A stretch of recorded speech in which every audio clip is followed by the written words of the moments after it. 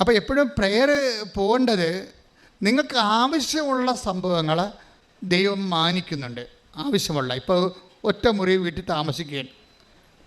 ആദ്യം ഭർത്താവും ഭാര്യയുമായപ്പോൾ അവർക്ക് ഒരു ഗ്യാസ് വെച്ച് ഒരു കട്ടിലിട്ട് കഴിഞ്ഞാൽ വലിയ കുഴപ്പമില്ലായിരുന്നു. അവിടെ രണ്ട് കുഞ്ഞുങ്ങളായി, കുഞ്ഞുങ്ങൾ വളർന്നു കഴിഞ്ഞാൽ തീർച്ചയായിട്ടും അവർക്ക് 3 മുറിയുള്ള വീടും വരാന്തയും റീഡിങ് റൂം, പഠിക്കുന്ന കുഞ്ഞുങ്ങളാണെങ്കിൽ പഠനമുറിയും എല്ലാം വേണം. അപ്പോൾ ആവശ്യത്തിന് കുഴപ്പമില്ല. അനാവശ്യത്തിനാണ് കുഴപ്പം വരേണ്ടത്. ആഡംബരമില്ലേ, ആഡംബരത്തിലേക്ക് വരുമ്പോൾ ആത്മാവ് മാറിപ്പോവും. അതുകൊണ്ടാണ് ഈശോ പറഞ്ഞത് നിങ്ങൾക്കിതൊക്കെ ആവശ്യമാണെന്ന്. ആവശ്യങ്ങളല്ലേ. ഇപ്പോൾ 6:33 എടുത്ത് മത്തായിയുടെ സുവിശേഷം, നിങ്ങൾ ആദ്യം അവിടുത്തെ രാജ്യവും അവിടുത്തെ നീതിയും അന്വേഷിക്കുക, അതോടൊപ്പം മറ്റുള്ളവയെല്ലാം നിങ്ങൾക്ക് ലഭിക്കും. അത് എന്താ പ്രശ്നം വെച്ച് കഴിഞ്ഞാൽ നമുക്ക് ലഭിക്കുന്നതിന് അടിസ്ഥാനപ്പെടുത്തിയിരിക്കുന്നത് നമുക്ക് ചോദിക്കുന്നതനുസരിച്ച് മാത്രമല്ല. നമുക്ക് 2 തരത്തിൽ ദൈവത്തിൽ നിന്ന് അലോട്ട്മെൻ്റ് ഉണ്ട്. അനുഗ്രഹത്തിൻ്റെ അലോട്ട്മെൻറ്റ് 2 തരത്തിൽ നമുക്കുള്ളത്. 2 മാർഗ്ഗം നിങ്ങൾക്ക് ഉപയോഗിക്കാം. ഒന്ന്, ചോദിക്കുവിൻ നിങ്ങൾക്ക് ലഭിക്കും. Take the word of God. Hallelujah hallelujah hallelujah hallelujah. യേശുവേ നന്ദി ഹല്ലേലൂയ ഹല്ലേലൂയ. മത്തായി 7:7. മത്തായി 7:7. ചോദിക്കുവിൻ നിങ്ങൾക്ക് ലഭിക്കും. പറഞ്ഞ ചോദിക്കുവിൻ നിങ്ങൾക്ക് ലഭിക്കും. ചോദിക്കുവിൻ നിങ്ങൾക്ക് ലഭിക്കും. അന്വേഷിക്കുവിൻ നിങ്ങൾ കണ്ടെത്തും. അന്വേഷിക്കുവിൻ നിങ്ങൾ കണ്ടെത്തും. മുട്ടുവിൻ നിങ്ങൾക്ക് തുറന്നു കിട്ടും. മുട്ടുവിൻ നിങ്ങൾക്ക് തുറന്നു കിട്ടും. ഇപ്പം കേവലമായ പ്രാർത്ഥനയെക്കുറിച്ചാണ് പറയണത്. നമുക്ക് ലഭിക്കുന്നതിൻ്റെ ഒരു മാർഗം ദൈവത്തോട് ചോദിക്കുകയാണ്. ലഭിക്കുന്നതിൻ്റെ 2ാമത്തെ മാർഗം എന്താണ്? നമ്മൾ നമ്മുടെ പൊസിഷൻസ് കറക്റ്റ് ചെയ്യും. അപ്പോൾ ഓട്ടോമാറ്റിക്കായിട്ട് ചോദിക്കാതെ തന്നെ കിട്ടിക്കൊണ്ടേയിരിക്കും.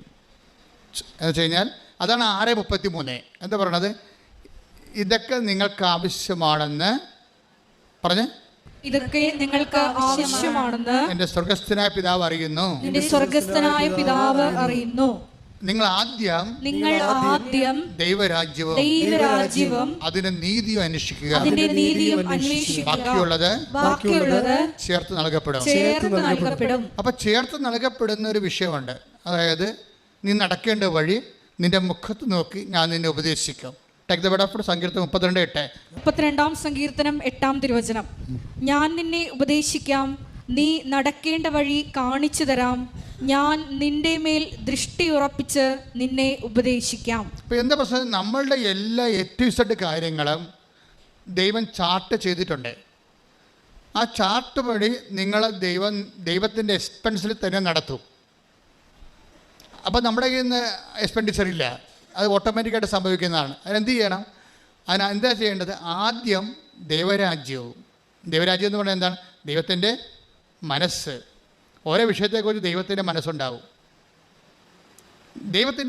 ആദ്യം ദൈവത്തിൻ്റെ മനസ്സ്, ഈ വിഷയത്തിൽ ദൈവത്തിൻ്റെ മനസ്സെന്താണ്? അപ്പം നിൻ്റെ മനസ്സല്ല, നിൻ്റെ വീട്ടുകാരുടെ മനസ്സല്ല. ഇവിടെയാണ് ഇടിവെട്ട് പ്രശ്നങ്ങൾ നടക്കുന്നത്. കുടുംബത്തിൽ ഏറ്റവും കൂടുതൽ പ്രോബ്ലംസ് നടക്കുന്നത് ഇവിടെയാണ്. കാരണം ദൈവത്തിൻ്റെ മനസ്സ് എന്ന് പറഞ്ഞാൽ നിങ്ങൾ ദൈവത്തിൻ്റെ മനസ്സ് അനുസരിച്ച് മാത്രം എന്നെ നടത്തണമെന്ന് എന്ന് നിങ്ങൾ പ്രാർത്ഥിക്കുന്നുവോ? നമ്മളെപ്പോഴും പ്രാർത്ഥിക്കുന്നുണ്ടെങ്കിലും അത് നമ്മൾ മീൻ ചെയ്യുന്നില്ല. ഇപ്പോൾ സ്വർഗസ്ഥനായ ഞങ്ങളുടെ പിതാവേ എന്നുള്ള പ്രാർത്ഥനയില്ലേ? അങ്ങയുടെ നാമം പൂജിതമാകണമേ, അങ്ങയുടെ രാജ്യം വരണമേ, അങ്ങയുടെ തിരുമനസ്സ് ഒരു ഭൂമിയിലുമാകണം. പക്ഷേ നമ്മളത് പ്രാർത്ഥിക്കുന്നുണ്ടെങ്കിലും മീൻ ചെയ്യണില്ല, നമ്മളത് ഉദ്ദേശിക്കണില്ല. അത് ദൈവത്തിനറിയാം. ചുമ്മാ പണ്ടൊരു പ്രാർത്ഥന പഠിച്ചു വെച്ചിരിക്കണ കാരണം കണാകുണ അതിന് മറുപടി പറഞ്ഞുകൊണ്ടിരിക്കുകയാണ്. അല്ലാതെ ഈ ജീവികളാരും ഇത് ഉദ്ദേശിക്കണില്ല, ദൈവത്തിനറിയാം. അതുകൊണ്ടാണ് ദൈവം ആ ഫയൽ എടുക്കണില്ലല്ലോ. നമ്മൾ എത്ര 1000 സ്വർഗസ്ഥനായ പിതാവ് ചൊല്ലിയാലും ദൈവം ആ ഫയൽ എടുക്കത്തില്ല. കാര്യം ഇവർ ഉദ്ദേശിക്കേണ്ട ദൈവത്തിന് അറിയാം. പക്ഷെ വൺസ് നമ്മളിതിൻ്റെ ദൈവശാസ്ത്രം മനസ്സിലാക്കി, ദൈവത്തിൻ്റെ മനസ്സ് മനസ്സിലാക്കി, നമ്മൾ ഉദ്ദേശിക്കുന്നുണ്ടെന്ന് ദൈവത്തിന് പറയാമോ? ദൈവമേ അങ്ങയുടെ മനസ്സ് തന്നെയാണ്. ഇപ്പോൾ ചില കൊച്ചുകൾ ഇങ്ങനെയോട് വെച്ചാൽ ഞങ്ങൾ അഫെയറിലായിട്ട് 2 കൊല്ലമായി, പക്ഷേ ഇപ്പോൾ കർത്താവിന് എനിക്ക് ശരിയായിട്ട് അറിഞ്ഞു കഴിഞ്ഞപ്പോൾ എനിക്ക് തോന്നി ഇത് ദൈവം ഉദ്ദേശിക്കുന്നുണ്ടോ ഈ റിലേഷൻ. അച്ഛൻ പറഞ്ഞാൽ മതി. അച്ഛൻ അമ്മ പ്രത്യക്ഷപ്പെട്ട അൾത്താറ എന്നുകൊണ്ട് അച്ഛൻ മെസ്സേജ് എടുത്ത് പറഞ്ഞാൽ മതി. എന്ത് റിസ്ക് ആണെങ്കിലും ഞാൻ ദൈവത്തിൻ്റെ ഇഷ്ടം അനുസരിച്ച് പാലിക്കത്തുള്ളൂ എന്ന് പറഞ്ഞു. അതാണ് പ്രശ്നം. അതിന് ഇത്തിരി തൻ്റെ ഇടം വേണം ശരിക്കും. നിങ്ങൾ അങ്ങയുടെ നാമം പൂജിതമാകണമേ, അങ്ങയുടെ തിരുമനസ് സ്വർഗത്തിലെ പോലെ ഭൂമിയിലാകണമെന്നൊക്കെ പറയുമ്പോഴേ, അങ്ങയുടെ തിരുമനസ് നിറയണമെന്ന് നിങ്ങൾ പറയുമ്പോഴേ, നിങ്ങൾ സെലക്ട് ചെയ്ത വിഷയം, വീട്, സ്ഥലം, ഇങ്ങനെയുള്ള എല്ലാം നിങ്ങൾ പറയണ പോലെ ദൈവം നിങ്ങളുടെ അടിമയായി നിന്നുകൊണ്ട് നിങ്ങൾക്ക് ചെയ്തു തരണമെന്നാണ് ഉദ്ദേശിക്കണത്. അത് പ്രെയറല്ല. അങ്ങനെ ഒരു പ്രെയർ ചെയ്യുന്ന ആളെയും ദൈവം അംഗീകരിക്കണില്ല. പിന്നെ എന്തെങ്കിലും കാണിച്ചു കൊണ്ടിട്ട് പുറം വിചാരിക്കും. നിങ്ങൾ സത്യമായിട്ട് ദൈവത്തെ അന്വേഷിക്കുന്നുണ്ടെങ്കിൽ സത്യത്തെയാണ് അന്വേഷിക്കേണ്ടത്. നിങ്ങളുടെ കയ്യിരിക്കണ എല്ലാ യാചനകളും അസത്യം ചേർന്നതാണ്. അതുകൊണ്ട് കർത്താവിനോട് കർത്താവേ, ഞാൻ ഉദ്ദേശിക്കുന്നത് ചിലപ്പോൾ കാനഡയിൽ പോയാൽ എനിക്ക് ചിലപ്പോൾ കാശ് കിട്ടുമായിരിക്കും കൂടുതൽ. കാശ് കിട്ടി ഞങ്ങളുടെ വീടൊക്കെ ഒന്ന് കാശ് കിട്ടിയാൽ മലയാളി ഉടനെ ചെയ്യണത് എന്താണ്? വീട് പൊളിക്കും. അല്ല പിന്നെ നല്ല വീടാണെങ്കിൽ അത് പൊളിക്കും. കാര്യം വെച്ചാൽ കാനഡയിൽ പോയവരും ഇംഗ്ലണ്ടിൽ പോണവരും ജീവിക്കണം എങ്ങനെയാണെന്ന് മലയാളിക്ക് അറിയാം. ആ രീതി പൊളിച്ചിട്ട് അയൽവാസികൾ എവിടെയാണ് വിദേശത്ത് പോയിരിക്കുന്നത്, വിദേശ പൗരന്മാരെ പോലെ ഈ നാട്ടിൽ ജീവിക്കും. പിന്നെ അവസാനം എഴുതി വെക്കുകയും ചെയ്യും, ബിവെയർ ഓഫ് ഡോഗ്സ്. ഇതിനു വേണ്ടിയാണ് നീ ഉടമ്പടി എടുത്തിരിക്കുന്നത്. എന്തിനാണ്? നാട്ടുകാരെ വീട്ടിൽ കയറ്റാതെ പട്ടി കൊണ്ട് സൂക്ഷിക്കരുതെന്ന് എഴുതി വെക്കാൻ വേണ്ടിയുള്ള അഭ്യാസം. അതും ദൈവത്തിന് അറിയാം. അതുകൊണ്ട് ആദ്യമേ തന്നെ ചെയ്യേണ്ട ഈ സാധനം പൊളിച്ചെഴുത്ത് വേണം ഇവിടെ. എന്താണ്? കർത്താവേ, എന്താണെന്നല്ല, എനിക്ക് മര്യാദക്ക് നിൻ്റെ മകനാണ് ഞാൻ എലിക്കുഞ്ഞുമല്ല, ആട്ടിക്കുഞ്ഞുമല്ല, ആനക്കുഞ്ഞുമല്ല. എലിയാണെങ്കിൽ ഞാൻ മാളത്തിൽ താമസിച്ചാൽ മതിയായിരുന്നു, അല്ലേ? ആടാണെങ്കിൽ ഞാൻ ആലയിൽ താമസിച്ചാൽ മതിയായിരുന്നു, ആനയാണെങ്കിൽ ഞാൻ കൊട്ടിൽ താമസിച്ചാൽ മതിയായിരുന്നു. പക്ഷെ ഞാൻ മനുഷ്യനാണ്, നിൻ്റെ മകനാണ്, നിൻ്റെ മകളാണ്. ആ ഒരു മാന്യത ഞാൻ ജീവിക്കണം. അതാണ് നമുക്ക് ആവശ്യമായ സംഭവം. നമ്മളാണെങ്കിൽ കുടിലും ജീവിക്കാൻ ദൈവം ഉദ്ദേശിക്കണില്ല. പക്ഷെ അതല്ല പ്രശ്നം. എന്തുകൊണ്ടാണ് വേസ്റ്റ് റൂംസ് നമ്മുടെ വീടുകളിൽ ഉണ്ടാകണത്? വേസ്റ്റ് റൂംസ്, ആവശ്യമില്ലാത്ത മുറികൾ എന്തിനാണെന്ന് ആർക്കും അറിയാൻ പാടില്ല. മുകളിലൊക്കെ സർവത്ര മുറികളാണ്. എന്തിനാണ്? ആ വീട്ടിൽ ആളുമില്ല, അവിടെ മക്കളൊക്കെ വിദേശത്ത് വേറെ വീട് വെച്ച് താമസിക്കുന്നുണ്ട്, കോടികളുടെ വീട്ടിൽ. അവർ വല്ലപ്പോഴും ഇവിടെ വരത്തുള്ളൂ, ഇനി വരുവാന്ന് പോലും അറിയാൻ പാടില്ല. അപ്പോൾ അങ്ങനെയൊക്കെയുള്ള സമയത്ത് എവിടെയൊക്കെ ചെറിയ പെശക സംഭവിക്കുന്നുണ്ട്. നമുക്കുള്ള എല്ലാ മണിയും ഇങ്ങനെ, നമുക്കുള്ള സമ്പത്ത് മുഴുവനും ഇപ്പോൾ ഗവൺമെൻറ് പോലും പട്ടിണിയിലാണ്. കാര്യം നമുക്കുള്ള സമ്പത്തെല്ലാം സ്വരുക്ക് കൂട്ടിയിട്ട് ഇങ്ങനെ ഡെഡ് മണി ആയിട്ട് നമ്മൾ ഇൻവെസ്റ്റ് ചെയ്തിരിക്കുകയാണ്. അവിടെ രാജ്യത്തിന് വികസനത്തിന് കൊടുക്കണില്ല. അങ്ങനെയൊക്കെ ചെയ്യുമ്പോൾ പുതിയ സാമ്പത്തിക മനോഭാവങ്ങളുടെ പുതിയ സാമൂഹ്യ പാപങ്ങൾ ഉണ്ടാകുന്നുണ്ട്, സോഷ്യൽ സിൻസ്. അതായത് ആർക്കും, അപ്പം അതിൻ്റെ അകത്ത് ഒരു അംശമുണ്ട്, അത് കുറച്ച് ആൾക്കാർക്ക് പണി കിട്ടുന്നതല്ലാതെ ദേശീയമായ നമ്മൾ ദേശത്തോടും നാടിനോടൊക്കെ ചെയ്യുന്ന രീതിയിലുള്ള ഈ നമ്മളുടെ ആളായ്മ വർദ്ധിക്കാൻ വേണ്ടി നമ്മൾ ഡെഡാക്കി കളയുന്ന ദേശത്തിൻ്റെ നാഷണൽ വേസ്റ്റ്, ദേശീയമായിട്ടുള്ള വേസ്റ്റുകൾ, ഇതെല്ലാം ഒരു പാപത്തിൻ്റെ ലെവലിലാണ് ബൈബിൾ കാണുന്നത്. അത് ദേശീയ നഷ്ടം മാത്രമല്ല, സ്വകരാജ്യത്തിൻ്റെ നഷ്ടങ്ങളായിട്ട് വരുന്നത്. നിത്യതയെ അട്ടിമറിക്കുന്ന എല്ലാവിധ ആഗ്രഹങ്ങളെയും നമ്മൾ ദൈവദൃശ്യനിധി വിചാരണ ചെയ്യപ്പെടേണ്ടതാണ്. ഞാൻ പറഞ്ഞു വരുന്നത് എന്താണെന്നറിയാവോ? നിങ്ങളെ സംബന്ധിച്ചിടത്തോളം ഈ ഭൂമിയിലുള്ള ഇപ്പോൾ വരുന്ന മനുഷ്യന്മാരുടെ ഒരു പ്രശ്നം, എല്ലാവരും ഇങ്ങനെ രാജ്യം വിട്ട് പോയിക്കൊണ്ടിരിക്കുകയാണ്. ഈ രാജ്യം വിട്ട് പോയിക്കൊണ്ടിരിക്കുന്നവർ അവിടെയും സമ്മർദ്ദത്തിലാണ്, ഇവിടെയും സമ്മർദ്ദത്തിലാണ്. അപ്പോൾ അസൂയയുടെ പുതിയ രൂപങ്ങൾ നാട്ടിലുണ്ടായിക്കൊണ്ടിരിപ്പുണ്ട്. അസൂയയുടെ, അപ്പോൾ ആരെങ്കിലുമൊക്കെ ഇങ്ങനെ പച്ച പിടിച്ച് വരുമ്പോൾ നമുക്ക് സ്വാഭാവികമായി അയൽവാസിക്കുണ്ടാകുന്ന, അയാൾ ഉടമ്പടി എടുത്താണെങ്കിലും അസൂയക്ക് പഞ്ഞമൊന്നുമില്ലല്ലോ. അതേ സംഭവം, അസൂയയുടെ പുതിയ രൂപങ്ങൾ വരുന്നുണ്ട്. ഇത് ആധ്യാത്മികതയെ ശരിക്കും ബാധിക്കുന്നുണ്ട്. ഞങ്ങളുടെയൊക്കെ പ്രാർത്ഥനയൊക്കെ കാട്ടുതീയിൽ നമ്മൾ വെഞ്ചരിപ്പ് വെള്ളം ഒഴിക്കണ പോലുള്ള അവസ്ഥയാണ് ഇപ്പോൾ. എന്താ കാര്യം? ജനങ്ങൾ ഗ്രീഡിനെസ് വർദ്ധിക്കുന്നു, ജലസ്യ വർദ്ധിക്കുന്നു. അതുവെച്ച് ദൈവത്തിന് ജനങ്ങളെ സഹായിക്കാൻ പറ്റാത്ത രീതിയിൽ ജനങ്ങൾ മറ്റൊരു രീതിയിലേക്ക് മാറിക്കൊണ്ടിരിക്കുന്നു. ഇങ്ങനെ വരുമ്പോൾ ഉണ്ടാകുന്ന പ്രശ്നം വെച്ച് കഴിഞ്ഞാൽ നിങ്ങൾ ആന്തരിക സമാധാനം നഷ്ടപ്പെടും.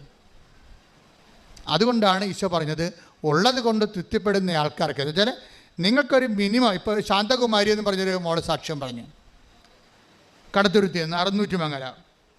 ശാന്തകുമാരിയുടെ ഉടമ്പടി പെട്ടെന്ന് കത്തിയത് എന്ന് വെച്ചാൽ ശാന്തകുമാരി അനാവശ്യമായിട്ടൊന്നും ചോദിച്ചിട്ടില്ല.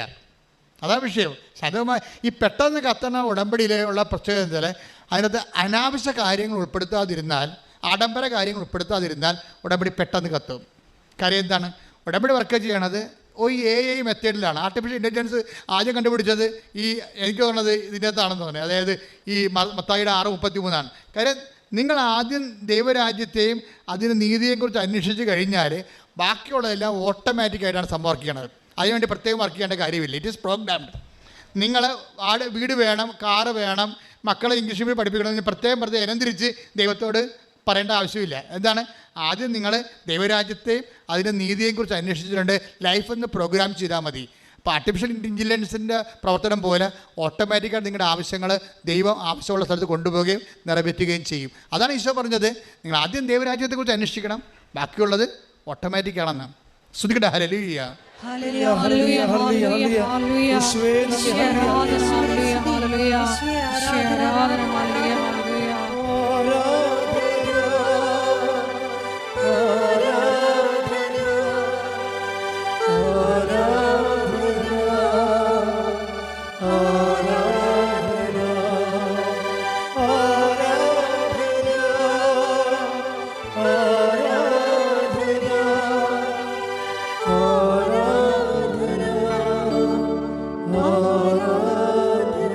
സന്തോഷത്തോടെ പ്രാർത്ഥിക്കുക. പരിശുദ്ധ പരമ ദിവ്യകാരുണ്യത്തിന്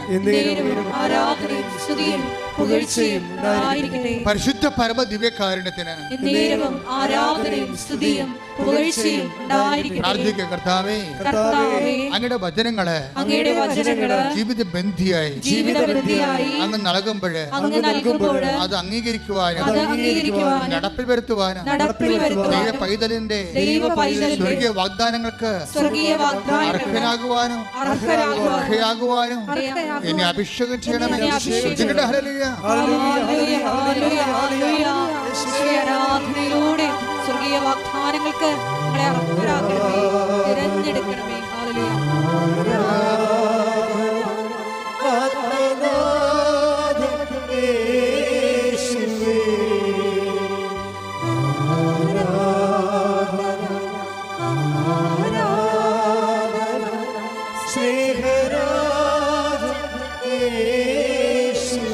പരിശുദ്ധ പരമ ദിവ്യകാരുണ്യത്തിന് ആരാധനയും സ്തുതിയും പുകഴ്ചയും ഉണ്ടായിരിക്കട്ടെ. എൻ്റെ പ്രിയപ്പെട്ട ശാന്തകുമാരിയുടെ പ്രശ്നം എന്താണെന്നറിയാവോ? ശാന്തകുമാരിക്ക് പല പ്രശ്നങ്ങളാണ്. ഈ ക്ലേശങ്ങളെ കൊണ്ട് കുറേ ക്ലേശങ്ങളാണ്. ഒന്ന്, ഇവർ കടത്തുരുത്തി 600 മംഗലം ഉൾനാട്ടിലുള്ള ആളാണ്. അവരുടെ സ്ഥലത്ത് വെള്ളമില്ല, അതാണ് ഒരു പ്രശ്നം. സ്ഥലമല്ല, അറിയാമല്ല, ഫെബ്രുവരി ആകുമ്പോൾ വെള്ളം വറ്റിപ്പോകും. ആ വീട്ടിലോട്ട് വഴിയില്ല, രണ്ടാമത്തെ പ്രശ്നം. വല്ലയിടത്തും പോയി കോരാന്ന് വെച്ച് കഴിഞ്ഞാൽ വഴിയില്ല. വെള്ളം വിലക്ക് വാങ്ങിക്കാമെന്ന് പറഞ്ഞാൽ വണ്ടി അവിടെ വന്ന് നിൽക്കത്തില്ല. പലയിടത്തും വണ്ടി വന്ന് നമ്മൾ ചുമന്നുകൊണ്ട് വരണം വെള്ളം. ശാന്തകുമാരി ഒറ്റക്ക, മക്കളുണ്ട്, കല്യാണം കഴിച്ച് വിട്ടിട്ടുണ്ട്. അതുങ്ങളൊന്നും ഈ വീട്ടിൽ തിരിച്ചു വരത്തില്ല. അമ്മയോട് ഭയങ്കര ഇഷ്ടമൊക്കെയാണ്, പക്ഷെ അവരാരും വരത്തില്ല വീട്ടിലോട്ട്. മൂന്നാമത്തെ പ്രശ്നമാണ്. എന്താ വരാത്ത കാര്യം? മക്കൾ വരാത്ത 2 കാര്യങ്ങൾ, 3 കാര്യങ്ങൾ. അപ്പം നേരിച്ച് മരിച്ചു പോയെന്ന് തോന്നുന്നു. അമ്മ മാത്രമേ ഉള്ളൂ. എന്നിട്ട് പോലും ആ അമ്മയെ തിരക്ക് അമ്മയോട് മക്കൾക്ക് ഇഷ്ടമാണെങ്കിൽ പെമ്മക്കളാണെങ്കിലും വരാൻ പറ്റണില്ല അവർക്ക്. അവർ പറഞ്ഞ അമ്മ ഈ വീട്ടിൽ വരുമ്പോൾ എന്തോ നെഗറ്റീവ് എനർജിയാണ്. 4ാമത്തെ പ്രശ്നം. പിള്ളേരിപ്പോൾ പഠിച്ചപ്പോഴേ നെഗറ്റീവും പോസിറ്റീവൊക്കെ അറിയാമല്ലോ അവർക്ക്. അപ്പോൾ ഇവർ പറയണത് ഇപ്പോൾ നെഗറ്റീവ് എനർജിയാണെന്നാണ് പറയണത് ഇതിൻ്റെ അകത്ത്. ഇപ്പോൾ വെള്ളമില്ല, വഴിയില്ല, വീട്ടിൽ വരാൻ പറ്റണില്ല, നെഗറ്റീവ് എനർജിയാണ്. ഇതൊന്നുമല്ല, എവിടെ നോക്കിയാലും മൂർഖം പാമ്പ്. 4ാമത്തെ പ്രശ്നം. അപ്പോൾ ശാന്തകുമാരൻ മടുത്തു ജീവിതം. ഇവിടുത്തെ ആരും ഇത് 5ാമത്തെ പ്രശ്നം എന്താ അറിയാമോ? വിറ്റ് ചുട്ട് പോകാമെന്ന് വിചാരിച്ചാൽ ആരും എടുക്കാനും ഇല്ല. 6ാമത്തെ പ്രശ്നം. പ്രശ്നങ്ങൾ ഒരു ഒറ്റ വ്യക്തി ഒരു കുടുംബത്തിൽ ആരും സഹായമില്ലാതെ അനുഭവിക്കുന്ന 6 പ്രശ്നങ്ങളാണ്. അപ്പോൾ ഇവൾ ഉരുകി തീർന്ന് എന്തിനും ജീവിക്കണം. അവസാനം ശാന്തകുമാരി പറഞ്ഞേ, ആദ്യമൊക്കെ മുറുകപാമ്പൊക്കെ വരുമ്പോഴേ എപ്പോഴും വരും പാമ്പ്, പല സ്ഥലത്തും പാമ്പാണ്. അപ്പോൾ ഞങ്ങൾക്ക് പേടിയായി. അവസാനം ഞാൻ നാട്ടുകാരെ വിളിച്ച് തല്ലിക്കൊല്ലാൻ തുടങ്ങിയെന്ന്. പാമ്പ് വന്നതെന്ന് പറയുമ്പോൾ ഞാൻ കിടന്ന് ആൾക്കാർ വന്ന് തല്ലിക്കൊല്ലും. അവസാനം ആൾക്കാർ പറയും തല്ലിക്കൊന്ന് ആൾക്കാരെ മടുത്ത്. ഇവിടെ കാറ് കേൾക്കുമ്പോൾ തന്നെ ആൾക്കാർ നാട്ടിൽ നിന്ന് ഓടിക്കുകയും അവർ മടുത്ത് പിന്നെയും പാമ്പ് വന്നുകൊണ്ടിരിക്കുകയും. അപ്പോൾ അവർ പറയുന്നത് ഞാൻ തന്നെ അവസാനം ധൈര്യം വരുമ്പോൾ എനിക്ക് ജീവിക്കണ്ടേ, ഞാൻ തന്നെ തല്ലിക്കൊല്ലാൻ തുടങ്ങിയെന്ന്. എന്നിട്ട് പാമ്പ് തീരണ്ടില്ല. ഞാൻ അങ്ങനെ ഇരിക്കേണ്ട സമയത്താണ് പറഞ്ഞത്, മാതാവിനെ കണ്ടായി എല്ലാം തീരുമെന്ന് പറഞ്ഞു. ഇപ്പം ഞാൻ അവിടെ നിന്ന് ഉടമ്പടി പുതുക്കാൻ പോകുന്ന ആൾക്കാരുടെയൊക്കെ കൂടെ കയറിപ്പോകുന്നു വെച്ച് കഴിഞ്ഞാൽ അവർ ഇറങ്ങിയപ്പോൾ തന്നെ അവിടെ മനസ്സിൽ അമ്മയെ കാണണമെന്ന്, ഉടമ്പടി എടുക്കണമെന്ന് അവർ തീരുമാനിച്ചപ്പോൾ തന്നെ അവർക്ക് മനസ്സിലായി എന്തോ അമ്മ ചെയ്യാൻ പോകുന്നുണ്ടെന്ന്. അതങ്ങനെയാണ് ഇവിടെ എൻ്റെ ആ രീതി. അതാണ് നിങ്ങൾ സത്യസന്ധരാണെങ്കിൽ തീരുമാനം എടുക്കുമ്പോൾ തന്നെ അടയാളങ്ങൾ തുടങ്ങും, നമുക്ക് ആന്തരികമായ ബോധ്യം കിട്ടും. നിങ്ങൾ സത്യസന്ധരല്ലെങ്കിൽ ഉടമ്പടി 3 പ്രാവശ്യം പുതുക്കിയാലും അമ്മ അനങ്ങത്തില്ല. കാര്യം സത്യസന്ധരല്ലെന്ന് അറിയാം. അത് ഭയങ്കര സീരിയസ് വിഷയമാണ്. നിങ്ങൾ സത്യസന്ധരാണ്, നീ വിഷയം ഒടുങ്ങി. ഇപ്പം നിങ്ങൾ പറയാം ഉടമ്പടി നാത്തൂനും ആൻറ്റിയും കുഞ്ഞമ്മയൊക്കെ എടുത്തില്ലേ, എന്നാൽ പോയി നോക്കിയൊക്കെ ആലപ്പുഴ, ഇനിയിപ്പോൾ നമ്മളായിട്ട് പോകാഞ്ഞിട്ട് ആരെങ്കിലും കിട്ടാതിരിക്കണ്ടല്ലോ എന്ന് പറഞ്ഞിട്ട് അങ്ങനെ സത്യസന്ധരല്ലാത്ത ആൾക്കാർ ഉടമ്പടി എടുക്കുന്നുണ്ട്. എന്ന് വെച്ച് കഴിഞ്ഞാൽ ഇനിയിപ്പോൾ ഉടമ്പടി എടുത്തില്ലെന്ന് പറഞ്ഞുകൊണ്ട് ആഗ്രഹം കുറഞ്ഞു പോകണമെന്ന് പറഞ്ഞാൽ എന്നെ വട്ടിയും കൊട്ടയും എടുത്തുകൊണ്ട് ഉടമ്പടി എടുക്കാൻ വരും. സത്യസന്ധരല്ല, പുതുക്കലും രക്ഷപ്പെടത്തില്ല. നിങ്ങൾ ആ ഉടമ്പടിയുടെ കറക്റ്റ് കാര്യങ്ങളെ സത്യസന്ധമായിട്ട് ഒന്നാമത്തെ ആ ഉടമ്പടി എഴുതിയിരിക്കണതെല്ലാം നിങ്ങളുടെ അത്യാവശ്യ കാര്യങ്ങളായിരിക്കണം. അല്ല ആഡംബരം എഴുതിയാൽ വർക്കൗട്ട് ചെയ്തില്ല ഈ സംഭവം. ആഡംബരം എഴുതിപ്പോയാൽ ഇത് ആൾ കളിക്കാൻ വേണ്ടിയാണെന്നും അഹങ്കാരത്തിൻ്റെ വിത്താണെങ്കിൽ വന്നിരിക്കണമെന്നും ഇത് ദൈവത്തിന് പ്രയോജനപ്പെടുത്തില്ലെന്നും അവർക്ക് അഭ്യാസം കാണിക്കാൻ വേണ്ടിയുള്ള അഭ്യാസ വിശ്വാസിയാണെന്ന് ദൈവത്തിന് അറിയാവുന്ന കാരണം ദൈവം അടുക്കത്തില്ല. ദൈവം സത്യത്തിൻ്റെ ദൈവമായത് കാരണം അടുക്കത്തില്ല. ആദ്യം തന്നെ നിങ്ങൾ ചെയ്യേണ്ടത് നിയോഗങ്ങൾ എഴുതുമ്പോൾ അതിൻ്റെ അത്യാവശ്യവും ആവശ്യവും ഓക്കെയാണ്. ആഡംബരങ്ങളുണ്ടോ എന്ന് നോക്കണം, അത് നോക്കണം. ആഡംബരങ്ങൾ എഴുതാതിരിക്കണം എപ്പോഴും നല്ലത്. ആഡംബരങ്ങളുടെ കാര്യങ്ങൾ എഴുതാതിരിക്കണം നല്ലത്. ശതകുമാരി എന്ന് പറയുമ്പോൾ മനസ്സിൽ ചെന്നിട്ട് ആദ്യം പറഞ്ഞാൽ എന്താ അറിയാമോ, ഈ ആദ്യം അമ്മയോട് പറയണം എൻ്റെ കിണറ്റിൽ വെള്ളം വേണം, ജീവിക്കണ്ടേ, കുടിക്കണ്ടേ, മനുഷ്യൻ ജീവിക്കണ്ടേ, അതാണ്. അപ്പോൾ അത്യാവശ്യം അത്. പിന്നെ അമ്മയോട് പറയണം പാമ്പിനെ ഒന്ന് ഓടിച്ചു തരണം, ഇവിടെ എനിക്ക് ഒറ്റക്കാണെങ്കിൽ ജീവിക്കണ്ടേ. പിന്നെ ഒരു വഴി, ഇങ്ങനെ കുറച്ച് കാര്യങ്ങളാണ് ഇവർ പറയണത്, വലിയ അത്യാവശ്യ കാര്യങ്ങളാണ്. അപ്പോൾ അവർ ഇറങ്ങിയപ്പോൾ തന്നെ അമ്മ അപ്പം തന്നെ ഫയലിൽ ഒപ്പിട്ട സംഭവം അവർക്ക് ബോധമുണ്ടായി. അവർക്ക് ഇതിനെക്കുറിച്ച് നല്ല ആത്മവിശ്വാസം ഉണ്ടായി. അവരെന്താ വെച്ചാൽ അവർ വണ്ടിയിൽ നിന്ന് ഇറങ്ങിയപ്പോൾ തന്നെ വണ്ടിയെ ചെരുപ്പ് വണ്ടിയെ തന്നെ ഇട്ട്. അപ്പോൾ ശാന്തകുമാരി അത് വേറെ ആളാണ് ശരിക്കും പറഞ്ഞു വെച്ചാൽ അവർ വണ്ടിയെ തന്നെ ചെരുപ്പ് വെച്ചു. എന്താ, ഞാൻ പോണത് എവിടെയാണെന്ന് അവർക്ക് നല്ല ബോധമുണ്ട്. അവർക്ക് ഞാൻ ഏത് സംഗീതത്തിലേക്കാണ്, ഏത് സാങ്ച്വറിയിലേക്കാണ് പോകുന്നതെന്നുള്ളത് അവർക്ക് ബോധമുണ്ട്. ചെരുപ്പ് വണ്ടിയെ വെച്ചപ്പോൾ തന്നെ ഡ്രൈവറിന് പെശകാണെന്ന് മനസ്സിലായി. ഡ്രൈവർ അവിടെ നിന്നും പറഞ്ഞ് ഉടമ്പടി പുതുക്കുന്നുള്ള വണ്ടിയാണിത്,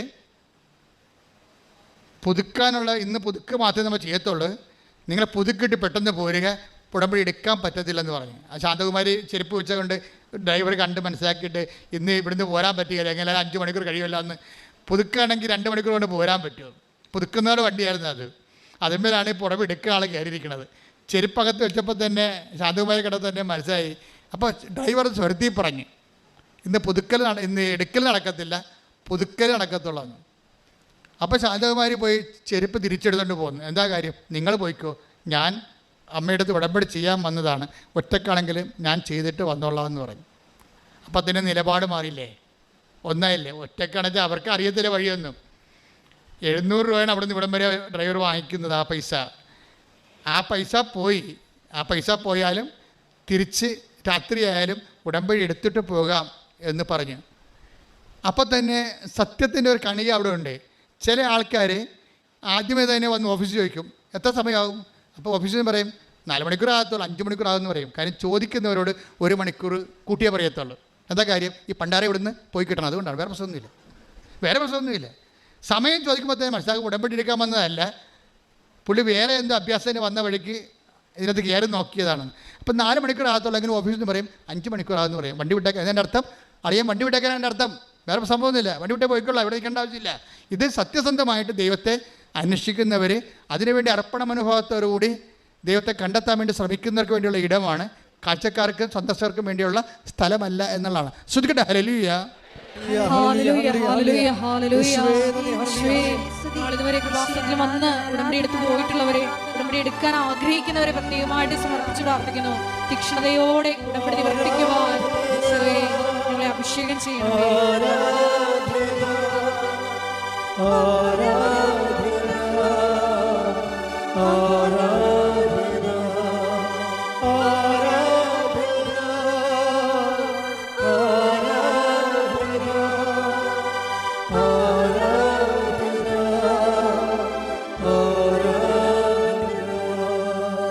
എൻ്റെ പേര് ത്രേസ്യ.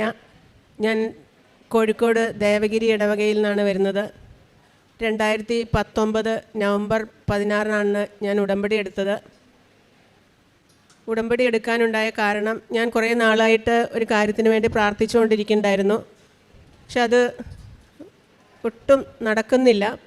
ഒരുപാട് ത്യാഗം ചെയ്തൊക്കെ പ്രാർത്ഥിച്ച് നോക്കി. അങ്ങനെ ഇരിക്കുമ്പോഴാണ് കൃപാസനത്തെക്കുറിച്ച് അറിയുന്നത്. ഒരു കുട്ടികൾ പത്രം തന്നിട്ട്, ഞാൻ ആ പത്രം ആദ്യം വാങ്ങിച്ചില്ല. എനിക്ക് വിശ്വാസമില്ലാഞ്ഞിട്ടല്ല, പക്ഷേ ഇവിടെ ഈശോയും മാതാവും ഉണ്ടല്ലോ, ഈശോയെ കിട്ടാനല്ലേ പോകുന്നത്, അത് നമ്മുടെ പള്ളിയിൽ നിന്ന് കിട്ടൂലേ എന്നാണ് ഞാൻ അവരോട് ചോദിച്ചത്. എനിക്ക് അത്രയും അറിവേ ഉണ്ടായിരുന്നുള്ളൂ കൃപാസനത്തെക്കുറിച്ച്.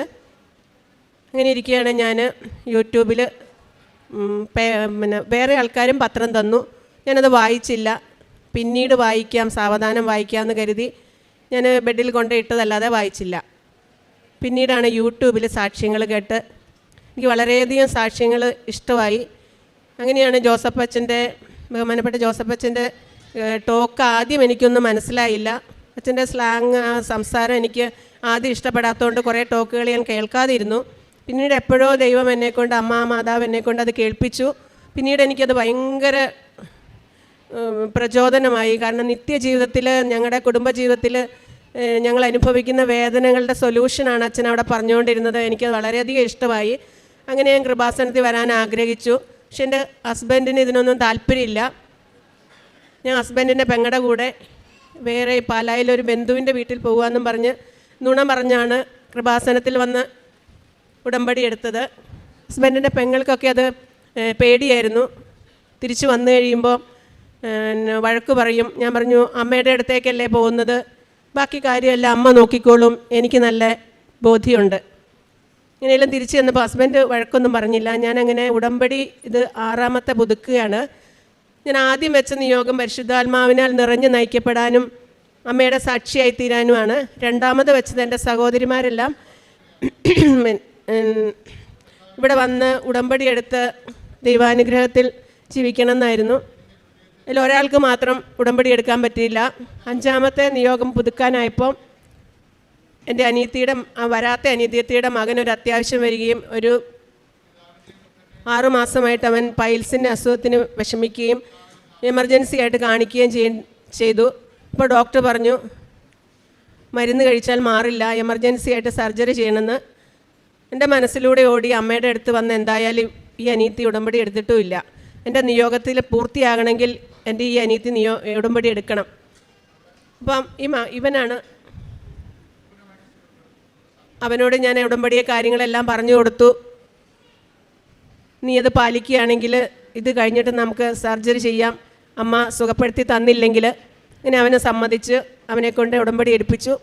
ഒരു 2 ആഴ്ചയ്ക്കുള്ളിൽ അവന് കംപ്ലീറ്റ് ഭേദമായി. പിന്നീട് ഡോക്ടറെ അടുത്ത് ചെന്ന് നോക്കുമ്പോൾ എക്സ്റ്റേണൽ പൈൽസ് ആയിരുന്നു, അതില്ല, അതിനൊരു മരുന്ന് മാത്രം മതി, സർജറി വേണ്ടാന്ന് പറഞ്ഞു. അതിൻ്റെ കാര്യങ്ങളും അവനുണ്ടായ അനുഭവങ്ങളെല്ലാം അവൻ പിന്നീട് പറയും. എൻ്റെ ബാക്കി ചെറിയ കാര്യങ്ങൾ അമ്മയോട് പറഞ്ഞു, അമ്മേ വലിയ കാര്യങ്ങൾ എനിക്ക് തരണേ, അൾത്താരയിൽ നിന്ന് സാക്ഷ്യം പറയാൻ എന്ന് ഞാൻ അമ്മയോട് 5ാമത്തെ പറഞ്ഞാണ് പോയത്. 6ാമത്തത് അമ്മ എനിക്ക് അൾത്താരയിൽ സാക്ഷ്യപ്പെടുത്താൻ എൻ്റെ അനിയത്തിയുടെ മകന് ഈ രോഗസൗഖ്യം സർജറി കൂടാതെ നടത്തി തന്ന അമ്മയ്ക്കും തിരുക്കുമാരനും 1000 നന്ദി പറയുന്നു. അതുപോലെ തന്നെ എൻ്റെ ഒരുപാട് നേർച്ച വസ്തുക്കൾ വഴി എനിക്ക് ഒരുപാട് സൗഖ്യങ്ങൾ ഞാൻ കൊടുക്കുന്നവർക്കും എനിക്കും പേഴ്സണലായിട്ട് ഞാൻ ഒരുപാട് അനുഭവിച്ച് അറിഞ്ഞിട്ടുണ്ട്. അതൊന്നും പറയാൻ ഇവിടെ നേരമില്ല. ഒരെണ്ണം മാത്രം, 27 വർഷമായിട്ട് ആസ്മയുടെ രോഗം ഉണ്ടായിരുന്ന എൻ്റെ സഹപ്രവർത്തകർക്ക് ഒരൊറ്റ പ്രാവശ്യത്തെ ഉടമ്പടി നേർച്ച വസ്തു കൊടുത്തതിൻ്റെ ഫലമായി ആ നിമിഷം തന്നെ രോഗസൗഖ്യം കിട്ടുകയും പിന്നീട് അവർ വന്ന് ഇവിടെ നിന്ന് ഉടമ്പടി എടുക്കുകയും എഴുതി കൊടുക്കുകയും ചെയ്തു. പിന്നെ ഞാൻ 3 വർഷമായിട്ട് യാതൊരു മരുന്നും കഴിക്കുന്നില്ല. എന്ത് കഫക്കെട്ട്, എനിക്ക് എപ്പോഴും കഫക്കെട്ട് വരുന്ന അലർജിക്ക് ആസ്മയുള്ളതാണ്. ഇതുവരെ എനിക്ക് മരുന്നൊന്നും, എനിക്ക് അമ്മ എന്തായാലും ഉപ്പും തൈലവും കൊണ്ട് എൻ്റെ എല്ലാം സുഖമാകും. ഇല്ലെങ്കിൽ ഞാൻ അമ്മയോട് പറയും, അമ്മയെ സുഖപ്പെടുത്തി താന്ന് പറഞ്ഞ് അമ്മയുടെ പുറകെ കുഞ്ഞുങ്ങൾ നടക്കുന്ന പോലെ നടക്കും. അല്ലെങ്കിൽ എനിക്ക് സഹിക്കാനുള്ള ശക്തി അമ്മ ഇതിലേതെങ്കിലും തരും. പിന്നീട് എനിക്ക് ഭയങ്കര ടെൻഷനായിരുന്നു. ഒരു BPD അസുഖമുള്ള ആളെ ഞാനാണ്. BPD, bipolar mood disorder. എനിക്ക് എന്നെ ദേഷ്യം പിടിപ്പിക്കുകയോ ടെൻഷൻ അടിക്കുകയോ ചെയ്താൽ ഞാൻ ശരിക്കും പെട്ടെന്ന് ഡിപ്രഷനിലേക്ക് പോവുകയും അസുഖം വരുന്ന ആളാണ്. പക്ഷേ എനിക്ക് ഈ ഉടമ്പടി എടുത്തതിന് ശേഷം ഒരുപാട് പ്രശ്നങ്ങൾ വന്നെങ്കിലും എനിക്ക് ഇതുവരെ ഒന്നും ഉണ്ടായിട്ടില്ല. ജീവനാന്തകാലം മരുന്ന് കഴിക്കണമെന്നാണ് പറഞ്ഞിരിക്കുന്നത്. എനിക്കിതുവരെ അങ്ങനെ ടെൻഷനോ വലിയ ഗസറ്റഡ് പോസ്റ്റിലൊക്കെ ഞാൻ എത്തി പെൻഷനാകുകയും ചെയ്തു. ആ ടെൻഷനൊന്നും ഉടമ്പടി എടുത്തതിന് ശേഷം എനിക്ക് ഉണ്ടായില്ല. അത് അമ്മ കൂടെയുള്ള ഇതുകൊണ്ടാണ്. ഉടമ്പടി എടുത്തുമ്പോൾ തുടങ്ങി അമ്മയുടെ പ്രസൻസ് എനിക്കുണ്ട്. എനിക്ക് അമ്മ കൂടെയുള്ളതിൻ്റെ സുഗന്ധാഭിഷേകവും ദിവ്യബലിയുടെ സമയത്തും രാവിലെ പ്രത്യക്ഷീകരണ പ്രാർത്ഥനയ്ക്ക് ചെല്ലാൻ വേണ്ടി ഞാൻ രൂപത്തിൻ്റെ അടുത്ത് എത്തുമ്പോൾ എനിക്ക് പല പ്രാവശ്യം അമ്മയുടെ സാന്നിധ്യം അനുഭവിച്ചിട്ടുണ്ട് സുഗന്ധാഭിഷേകമായിട്ട്. പിന്നെ ഒരു കാര്യം പറയാനുള്ളത്, ഞാൻ പേപ്പർ കൊടുക്കാൻ എനിക്ക് ഇച്ചിരി മടിയല്ല, ഇച്ചിരി താമസം പിടിക്കുമായിരുന്നു. കാരണം അതെല്ലാം വിശദീകരിച്ചൊക്കെ കൊടുക്കണ്ടേ. അപ്പോൾ എല്ലാവർക്കും മനസ്സിലായി, ഇഷ്ടപ്പെട്ടെങ്കിൽ മാത്രമേ ഞാൻ പേപ്പർ ആദ്യം കൊടുക്കുകയുള്ളായിരുന്നു. അപ്പോൾ എനിക്കതിലൊരു ഭാരമായിട്ട് തോന്നി. അന്നൊക്കെ എല്ലാ മാസവും വരുന്നതുകൊണ്ട് ഒറ്റ പാക്കറ്റ് പേപ്പർ കിട്ടുകയുള്ളായിരുന്നു.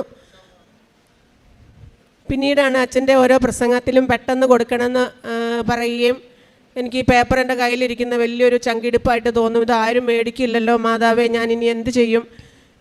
എല്ലാവരോടും ഞാൻ പെട്ടെന്നൊന്നും കൊടുത്ത് തീർക്കില്ല. എല്ലാവരുടെയും ഹിസ്റ്ററിയൊക്കെ എടുത്ത് അവരുടെ വിഷമങ്ങളൊക്കെ അറിഞ്ഞ് വേണ്ടവർക്ക് വേണ്ട പോലെ ചെയ്ത് അങ്ങനെയൊക്കെയാണ് ഞാൻ പേപ്പർ കൊടുക്കുക. എന്നിട്ട് ഞാൻ അമ്മയോട് ഇപ്പം തന്നെ പേപ്പർ മേടിക്കും. ഇവിടെ നിന്ന് എടുക്കുമ്പോൾ തന്നെ അമ്മയോട് പറയും, അമ്മേ ഇത്ര പേപ്പർ ഇത്ര കുടുംബങ്ങൾ ഞാൻ അമ്മയുടെ കയ്യിൽ ഏൽപ്പിക്കുക.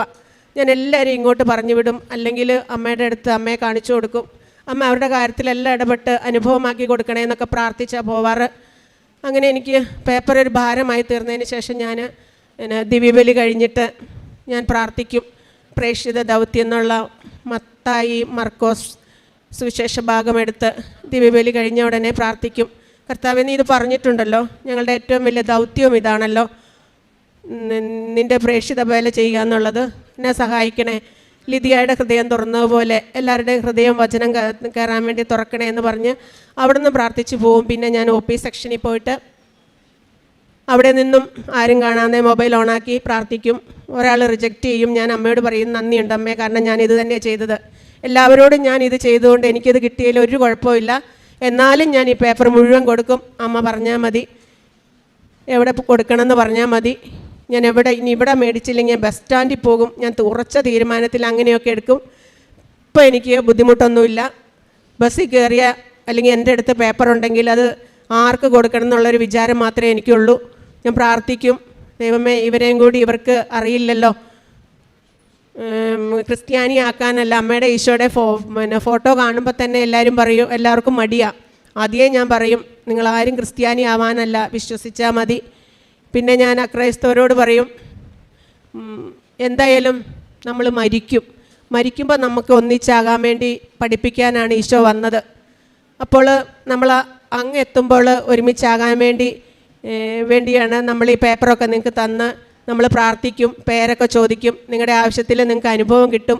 നിങ്ങൾ ഒന്നും ചെയ്യണ്ട, നിങ്ങളുടെ ഈ അനുഭവം മറ്റുള്ളവരോട് പറഞ്ഞാൽ മതി. ഇതൊക്കെ പറഞ്ഞാൽ ഞാൻ പേപ്പർ കൊടുക്കാറ്. ഇപ്പോൾ എനിക്ക് ഭയങ്കര സന്തോഷമാണ് പേപ്പർ കൊടുക്കാൻ. കാരണം പിന്നെ ഈശോയെക്കുറിച്ച് പറയാനും, പിന്നെ അത് മാത്രമല്ല, ഞാൻ പിന്നെ പിറ്റേ ദിവസത്തെ ബലിയിൽ ഈശോയോട് പറയും, ഞാൻ ഇത്രയും പേർക്ക് പേര് ചോദിച്ച് വെക്കും, മറന്നുപോകും, എന്നാലും ഞാൻ പറയും, ഇത്രയും പേര് അക്രൈസ്തവർ ഈശോയെ, അവർക്ക് ബലിയൊന്നും അറിയില്ല. ഞാൻ ഈ ബലി അവരുടെ കുടുംബങ്ങൾക്കും തലമുറകൾക്കും അവരുടെ ആരെങ്കിലും ശുദ്ധീകരണ സ്ഥലത്ത് കിടക്കുന്നുണ്ടോ അവർക്കൊക്കെ വേണ്ടി ഇങ്ങനെ പ്രാർത്ഥിക്കാവോന്നും എനിക്കറിയില്ല. എൻ്റെ മനസ്സിൽ അതൊക്കെയാണ് തോന്നിക്കുക. ഞാൻ ആ ബലിയിലും അവരെല്ലാം കൊടുക്കും. പിന്നെ ഈ നവംബർ മാസം ഞാൻ ഈശോയോട് പറഞ്ഞൊരു ബലി അർപ്പിച്ചു. ഈശോയെ, ഞാൻ ഒത്തിരിയും പേരെ കൃപാസന പേപ്പർ കൊടുത്ത് അവർ ഈശോയെ അറിയിച്ചിട്ടുണ്ട്. അപ്പോൾ അവരുടെ ശുദ്ധീകരണ സ്ഥലത്തിലെ ആത്മാക്കളെ എല്ലാം ഒറ്റ ബലിയിൽ കൂടെ ഈശോ സ്വീകരിക്കണേ എന്ന് പറഞ്ഞ് ഞാൻ അർപ്പിച്ചിട്ടുണ്ട്. അതൊന്നും ശരിയാണോ എന്നും എനിക്കറിയില്ല. പിന്നെ ഇനിയും ഞാൻ ആദ്യം എൻ്റെ നിയോഗം വെച്ചതിൽ മെയിൻ 3 കാര്യങ്ങൾ എനിക്ക് നടക്കാനുണ്ട്. ഞാൻ ഇനിയും